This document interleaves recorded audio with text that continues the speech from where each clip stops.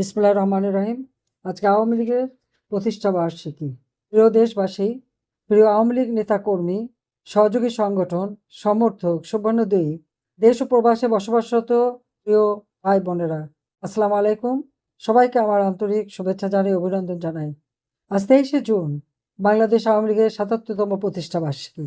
এই দিনটি শুধু একটি রাজনৈতিক দলের প্রতিষ্ঠা বার্ষিকী না, দিনটি বাঙালি জাতির অধিকার আদায়ের সংগ্রামের এক অবিস্মরণীয় অধ্যায়।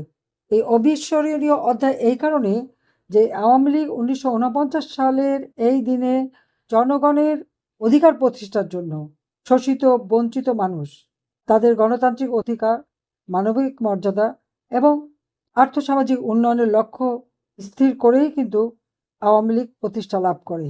প্রতিষ্ঠা লগ্ন থেকে আওয়ামী লীগ জনগণের সেবা করে যাচ্ছে, জনগণের উন্নতি করে যাচ্ছে।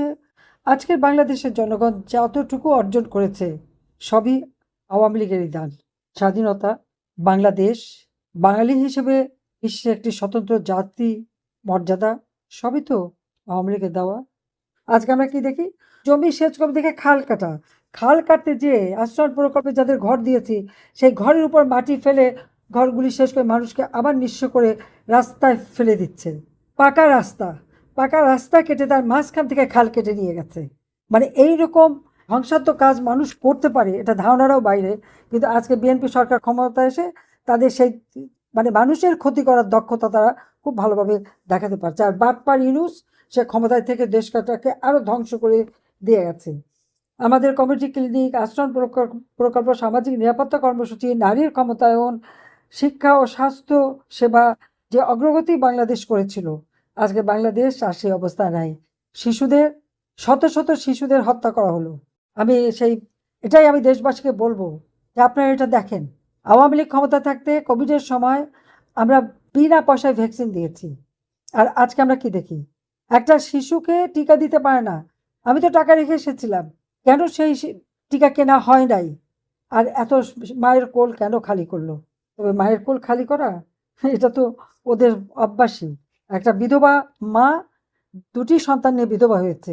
সেই একটা ইন্ডাস্ট্রিতে সে চাকরি করে তার সংসার চালাতো, পাশাপাশি লেখাপড়া করতো। সে ছাত্রলীগের সমর্থক ছিল। মধুখালীতে তাকে তুলে নিয়ে হত্যা করে সেই বিধবার এক অবলম্বন কেড়ে নিল। কাজে এতে তাদের কিছু আসা যায় না। এটা আমার মনে হয় জাতিকে সেটা বুঝতে হবে। আজকে বাংলাদেশ আমরা যেখানে বৈশ্বিক পরিমণ্ডলে মর্যাদার আসনে অধিষ্ঠিত করেছিলাম বাঙালি জাতিকে, আজকে তার ধুলাই মিটিয়ে দিয়েছে। বাংলাদেশের মানুষের ভাগ্য নিয়ে আজকে ছিনিমিনি খেলা হচ্ছে। দেশের সবথেকে পুরনো দল এবং বৃহত্তম রাজনৈতিক দল, যে দল স্বাধীনতা সংগ্রামের নেতৃত্ব দানকারী দল, সেই দলকে কিভাবে নিষিদ্ধ ঘোষণা করে? কোটি কোটি মানুষের পছন্দের দল নির্বাচন করতে দিল না। কেন দিল না? আমাদের নামে বলে জঙ্গি, সন্ত্রাসী ইত্যাদি। আমি দেশবাসীকে বলবো যে আপনারা একটু বিচার করে দেখেন তো আওয়ামী লীগ আমলে কত সন্ত্রাস হয়েছে। আর এই বিশ্ব বাটপার ইউনূস ক্ষমতা আসার জন্য মেটিকুলাস ডিজাইনের মাধ্যমে যে হত্যাযজ্ঞ জুলাই থেকে শুরু করেছিল এবং এখন পর্যন্ত তা চলছে। 2026 সালের 12 ফেব্রুয়ারি নির্বাচনের নামে একটা প্রহসন হয়ে গেছে, কিন্তু সরকারি নীতির কোনো পরিবর্তন হয়নি। হয়তো একটা ব্যক্তি বিশেষ পরিবর্তন হয়েছে, কিন্তু সেই একইভাবে দেশের মানুষের ভাগ্য নিয়ে ছিনিমিনি খেলে যাচ্ছে। দেশের অবস্থাটি কি? আইনের শাসন নাই, বিচার বিভাগের কোনো স্বাধীনতা নেই। সেগুলি লাঠিসোঁটা নিয়ে তো চিফ জাস্টিসকে তাড়ানো হলো। আপনি বিচার চাবেন, সে অধিকার নাই। আর এই যে মানুষ খুন হয়েছে, যারা করেছে তাদেরকে ইন্ডেমনিটি দেওয়া হয়েছে। যারা আপনজন হারিয়েছে, ওই পুলিশ হত্যা হয়েছে, তার বিচার হবে না, স্পষ্ট বলে দিল। তারা মানুষ না? আজকে পুলিশ বাহিনী, সশস্ত্র বাহিনীর সদস্য, প্রশাসন, সিভিল প্রশাসনের অফিসার, তাদেরকে গ্রেপ্তার করে মিথ্যে মামলা দিয়ে নানাভাবে হয়রানি করা হচ্ছে। কারাগার জঙ্গিদের বের করে দিয়েছে, সন্ত্রাসীদের বের করে দিয়ে আওয়ামী লীগের অগণিত নেতাকর্মীদের কারাগারে ভরে তাদের উপরে চরম নির্যাতন। আজকে 150-র উপর আমাদের নেতাকর্মী সেই কারাগারেই নির্যাতনের শিকার হয়ে আজকে তাদের জীবন শেষ হয়ে গেছে। আমি একটা কথা আইন শৃঙ্খলা রক্ষাকারী বাহিনী, প্রশাসন এবং রাষ্ট্রের দায়িত্বশীল কর্মকর্তা যারা, তাদের স্মরণ করে দিতে চাই, তারা কোনো দলীয় না, কোনো দলের বাহিনী যেন না হয়। কারণ আপনারা যারা আইন শৃঙ্খলা রক্ষাকারী বাহিনী, প্রশাসন এবং রাষ্ট্রের দায়িত্বশীল, আপনারা প্রজাতন্ত্রের কর্মচারী। কাজে রাজনৈতিক নির্দেশে নিরপরাধ মানুষকে গ্রেপ্তার করা, মিথ্যা মামলায় জড়ানো, শান্তিপূর্ণ রাজনৈতিক কর্মসূচি দমন করা বা কোনো নাগরিককে তার নাগরিক অধিকার থেকে বঞ্চিত করা এটা অপরাধ। কাজে এইভাবে মিথ্যা অপবাদ দিয়ে কাউকে অপরাধী বানাবেন না, আর এই ধরনের অপরাধ করবেন না। আমি জানি যারা এই পুলিশ মেরে পা বেঁধে ঝুলিয়েছে, 460টা পুলিশ বাড়ি জ্বালিয়ে দিয়েছে এবং শত শত মানুষকে চাকরিচ্যুত করেছে, একদিন যদি আল্লাহ ক্ষমতা দেয় অবশ্যই আপনাদের সম্মান আমরা ফিরিয়ে দেব। কাজে যারা এই ধরনের অপরাধ করেছে, মায়ের কোল খালি করেছে, পিতাকে সন্তান হারা করেছে, সন্তানকে পিতা হারা করেছে, তাদের নিরাপরাধ মানুষকে যারা কাঁদাচ্ছে প্রতিনিয়ত, ঘরে ঘরে যে মা বোনকে রেপ করে যাচ্ছে কিন্তু বিচার চাইতে পারছে না, ইতিহাস তাদের কোনোদিন ক্ষমা করবে না। বাংলাদেশের জনগণ ক্ষমা করবে না। একদিন তাদের আদালতের কাঠগড়ায় দাঁড়াতে হবে। আমি কাজে এটাই বলবো যে জনগণের বিরুদ্ধে যেন কেউ না যায়। আওয়ামী লীগ জনগণের সংগঠন, জনগণের অধিকার নিয়েই আওয়ামী লীগ কাজ করেছে। আওয়ামী লীগ সবসময় জনগণের অধিকার সংরক্ষণ করে। আমি আমাদের আওয়ামী লীগের অগণিত নেতাকর্মী তাদেরকে বলবো যে প্রতিনিয়ত আপনারা নির্যাতিত হচ্ছেন, কারাগারে অথবা কারাগারের বাইরে সমানভাবে নির্যাতনের শিকার হচ্ছেন। আমি জানি আমার প্রিয় নেতাকর্মী ভাই বোনেরা একটা কঠিন সময় আপনারা পার করছেন। মিথ্যা মামলা দিয়ে হয়রানি করা, ঘরবাড়ি জ্বালিয়ে পুড়ে দেওয়া, ব্যবসা প্রতিষ্ঠান সব কিছু ধ্বংস করে দেওয়া, জীবন জীবিকার সব পথ কেড়ে নেওয়া, চাকরি থেকে মিথ্যে বলে বের করে দেওয়া, লুটপাট করা, এগুলি সব প্রতিনিয়ত চলছে। ছোট ছোট শিশুরাও রেহাই পাচ্ছে না। 1.5 মাসের শিশু সহ মাকেও গ্রেপ্তার করা হচ্ছে। কিন্তু এত অত্যাচার সত্ত্বেও আওয়ামী লীগের নেতাকর্মীরা মাথা নত করেননি। আপনাদের এই ত্যাগ বৃথা যাবে না। আমি আপনাদের কষ্ট বুঝি। স্বজনহারা বেদনা আমার থেকে আর কে বেশি বুঝবে। একটা কথা মনে রাখতে হবে, ওই 5ই আগস্ট 24 সালে উদ্দেশ্য ছিল আমি আমার ছোট বোন রেহানাকে হত্যা করা। ঠিক গ্রেনেড হামলা, 76 কেজি বোমা, নানাভাবে আমাকে যখন হত্যার চেষ্টা হয়েছে, কিভাবে আমি বেঁচে গেছি। আল্লাহ রাব্বুল আলামিন বাঁচিয়েছে, আমার নেতাকর্মীর জীবন দিয়ে আমাকে বাঁচিয়েছে। বেঁচে যখন আছি, যত দূরেই থাকি আপনাদের মাঝেই আছি।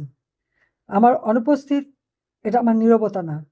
দূরে থাকলেও আমি আপনাদের মাঝে আছি, আপনাদের কথাই চিন্তা করি, সবসময় বাংলাদেশের মানুষের পাশে আছি। আওয়ামী লীগের প্রতিটি কর্মীর ত্যাগ, সাহস এবং আপনাদের কষ্ট, ব্যথা, বেদনা, তার সাথে আমি সবসময় আমি আপনাদের পাশে। আজকে আমরা চাই যে কূটনৈতিকভাবে হোক, রাজনৈতিকভাবে, আইনের পথে আন্তর্জাতিক জনমত গঠনের জন্য যাতে বাংলাদেশে আবার গণতন্ত্র ফিরে আসে, জনগণের অধিকার ফিরে আসে, বাংলাদেশের জনগণ যেন আবার তার নাগরিক অধিকার, সাংবিধানিক অধিকার ফিরে পায়, তার জন্যই আমাদেরকে সংগ্রাম করে যেতে হবে। এত বাধার পরেও যে সংগ্রাম আপনারা চালিয়ে যাচ্ছেন, আমি আপনাদেরকে স্যালুট দেই। এবং যারা সমর্থন দিচ্ছেন, দেশের জনগণ, তারাই আমাদের শক্তি। তাদেরকে আমি ধন্যবাদ জানাই। কাজে আমরা এটাই বলবো যে এই 77 বছরের পথ চলায় বহুবার আওয়ামী লীগ আঘাতের সম্মুখীন হয়েছে, চড়াই উতরে পার হতে হয়েছে, কিন্তু আওয়ামী লীগকে কেউ হারাতে পারেনি, হারিয়ে যায়নি, হারিয়ে যাবে না। আওয়ামী লীগ আছে। কাজে একটা কথা মনে রাখবেন যে আমি জাতির পিতা বঙ্গবন্ধুর কন্যা। আমি ক্ষমতার লোভে রাজনীতি করিনি। আমি সেই স্কুল জীবন থেকে রাজনীতি করেছি অধিকার প্রতিষ্ঠার জন্য। আমি রাজনীতি করি বাংলার মানুষের জন্য।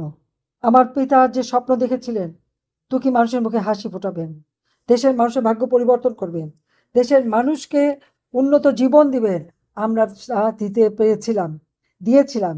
সারা বিশ্বের কাছে বাংলাদেশ উন্নয়নের রোল মডেল হিসেবে স্বীকৃতি পেয়েছিল। বাংলাদেশের জনগণ দেশে প্রবাসে যেখানে যেত অত্যন্ত সম্মান পেত। আজকে সেই সম্মানটা হারিয়ে গেছে। এখন বাংলাদেশের মানুষ কেমন আছে সেটাই জিজ্ঞেস করে, কিন্তু আগে তা ছিল না। কাজে এই অবস্থার থেকে আবার দেশকে ফিরিয়ে আনতে হবে। 81 সালে বাবা মা ভাই সব হারিয়ে ছোট 2টি সন্তান, একমাত্র বোন, তাদেরকে স্নেহ বঞ্চিত করে আপনাদের কাছে ফিরে এসেছিলাম বাংলাদেশের জনগণের মানুষের অধিকার প্রতিষ্ঠার জন্য। আবার 2007 সালে আমি যখন বিদেশে আমার অসুস্থ পুত্রবধূকে দেখতে গেছি, আমাকে আমার বিরুদ্ধে মিথ্যা মামলা, হত্যার মামলা দেওয়া হয়েছিল, কিন্তু যখন আমি দেশে ফিরে আসতে চাইলাম বাধা দেওয়া হলো। সেই বাধা অতিক্রম করে আমি ফিরে এসেছি, আবারও আমি ফিরে আসব। আমি ফিরে আসব। আমি সারা বাংলাদেশের মানুষের সেই তৃণমূল ইউনিয়ন পর্যায় পর্যন্ত আমি মানুষের সাথে কথা বলছি। আমার একটা পরিকল্পনা অনুযায়ী আমি কথা বলে যাচ্ছি। তারপরে আমি ফিরে এসে আপনাদের পাশেই দাঁড়াবো। আপনাদের যে মর্যাদা সেটা যাতে আবার পূরণ হয় সে ব্যবস্থা ইনশাল্লাহ আমি করব। আমি বাংলাদেশের সকল গণতান্ত্রিক, প্রগতিশীল, অসাম্প্রদায়িক ও মানবিক শক্তিতে যারা বিশ্বাস করেন, যারা বাংলাদেশের জনগণের কল্যাণ চান, তাদের সবাইকে আমি আহ্বান করব, ভয়কে জয় করে সবাই ঐক্যবদ্ধ হন। সকলে ঐক্যবদ্ধ হয়েই এই প্রতিহিংসার রাজনীতি আপনারা প্রত্যাখ্যান করেন। মিথ্যা প্রচারণা, সাম্প্রদায়িকতা, উগ্রবাদ, দেশবিরোধী অপশক্তির বিরুদ্ধে ঐক্যবদ্ধ হন। আওয়ামী লীগের উপর নিষেধাজ্ঞা, এই নিষেধাজ্ঞা দেবার তাদের কোনো অধিকার নেই। কাজে এই নিষেধাজ্ঞা অচিরে প্রত্যাহার করতে হবে, কারণ আওয়ামী লীগ জনগণের দল। জনগণের রাজনৈতিক গণতান্ত্রিক অধিকার কেড়ে নেওয়া হয় আওয়ামী লীগের উপর নিষেধাজ্ঞা দিলে। কাজে এই অন্যায়ের বিরুদ্ধে দেশের মানুষকে আজকে ঐক্যবদ্ধ হবার জন্য আমি সবাইকে আহ্বান জানাচ্ছি। আসুন ৭৭তম প্রতিষ্ঠা বার্ষিকীর এই দিনে আমরা নতুন করে শপথ করি, ভয় না সাহস, বিভেদ না ঐক্য, সংঘাত নয় শান্তি, প্রতিহিংসা নয় ন্যায় বিচার, অন্ধকার নয় আলোর পথে যাত্রা, মুক্তির যুদ্ধের চেতনায় আলোকিত পথেই বাংলাদেশকে এগিয়ে নিয়ে যেতে হবে। বাংলাদেশে আওয়ামী লীগ জনগণের সঙ্গে ছিল, জনগণের সঙ্গে আছে, জনগণের সঙ্গেই থাকবে। জনগণের শক্তিতেই আওয়ামী লীগ আবার ঘুরে দাঁড়াবে। গণতন্ত্র আমরা ফিরিয়ে আনব। দেশবিরোধী অপশক্তির সকল ষড়যন্ত্রের জাল ভিন্ন করে বাংলাদেশে আবার আমরা মুক্তিযুদ্ধের চেতনার পথে এগিয়ে নেব। বাংলাদেশ আবার বিশ্বের দরবারে সম্মানের সাথে বাংলাদেশের জনগণ মাথা উঁচু করে দাঁড়াবে। জাতির পিতার স্বপ্নের সুখী সমৃদ্ধ সোনার বাংলা বিনির্মাণ করব। সুখী সমৃদ্ধ সোনার বাংলা বিনির্মাণ করার সাথে সাথে 2041 সালের মধ্যে স্মার্ট বাংলাদেশ গড়ে তুলে আজকের প্রজন্ম আগামী দিনের রাষ্ট্র পরিচালনার যারা কর্ণধার হবে তাদেরকে উপযুক্ত নাগরিক হিসেবে গড়ে তুলব। এটাই আমাদের প্রতিজ্ঞা, কারণ তারুণ্যই শক্তি। সেই তারুণ্যকে আমরা এগিয়ে নিয়ে যাব, তারাই নেতৃত্ব দেবে। সবাই ভালো থাকেন, সুস্থ থাকেন। ইনশাল্লাহ বাংলাদেশ আওয়ামী লীগ তার ৭৭ বছর পার করছে। বাংলাদেশ এই আওয়ামী লীগের নেতৃত্বেই আবার মাথা উঁচু করে এগিয়ে যাবে প্রত্যেকটা বাঙালি জাতি। সবাইকে ধন্যবাদ। জয় বাংলা, জয় বঙ্গবন্ধু। বাংলাদেশ চিরজীবী হোক। বাংলাদেশের সকল মানুষ শান্তিতে বাস করুক সেই কামনা করে আমার বক্তব্য শেষ করছি।